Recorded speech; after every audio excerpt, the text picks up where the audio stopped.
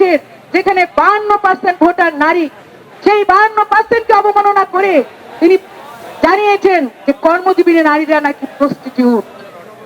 আপনারা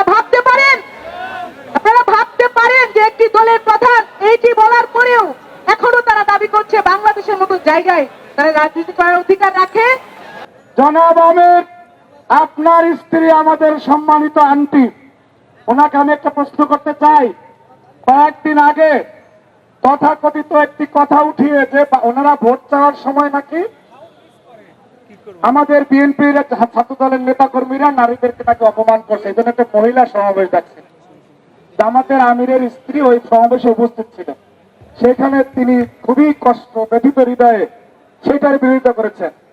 এখন এত বছর যে সংসার করার পরে আপনার স্বামী আপনার যে নামে ডাকলো, এরপরে আপনি সংসার করবেন কিনা সেটা আমরা জানতে চাই। এরপরে যদি আপনি সংসার করেন, মনে করব আমিরের ওই বক্তব্য আপনি মেনে নিয়েছেন। সুতরাং এটা আপনি ভেবে দেখবেন।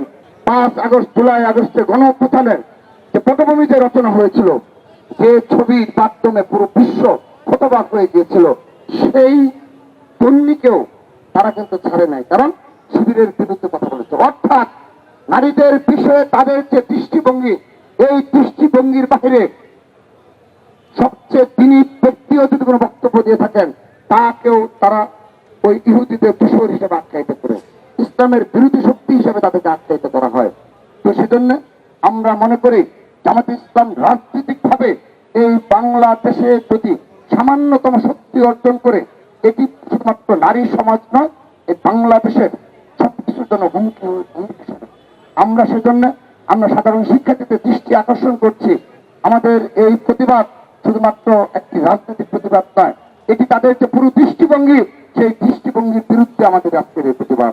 জামাত ইসলামের আমির এক্সট্রা যে বক্তব্য দিয়েছেন, সে বক্তব্য জামাত ইসলামের আমির ধারণ করেন বলেই তিনি এই বক্তব্য দিয়েছেন।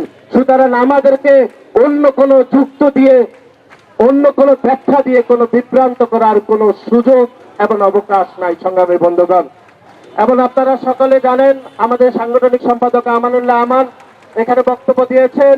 জামাত ইসলামের আমিরের সহধর্মিণী, একই সাথে ডাক্তার, এবং একই সাথে যখন বাংলাদেশ জাতীয়তাবাদী দল বিএনপি যখন রাষ্ট্র ক্ষমতায় ছিল, তখন তিনি কিন্তু সংরক্ষিত আসনের এমপি পদেও তিনি দায়িত্ব পালন করেছেন।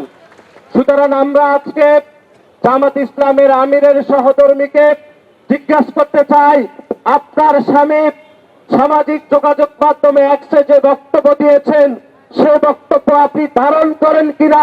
যদি ধারণ করেন, তাহলে বাংলাদেশের নারীদের সামনে আপনি পরিষ্কার ব্যাখ্যা দেওয়া উচিত বলে আমরা মনে করি। এবং আপনারা জানেন, জামাত ইসলামের আমির এর আগেও বাংলাদেশে 3 বার তিনি নির্বাচন করেছেন, এবং সেই 3 বার নির্বাচন করে তিনি সব মিলিয়ে 3 বারে তিনি 41,000 ভোট পেয়েছেন। এখন দেখেছেন যে তার এলাকার জনগণ তাকে আর গণে না, সেই জন্য তিনি কি করেছেন? তিনি ঢাকায় শিফট করেছেন।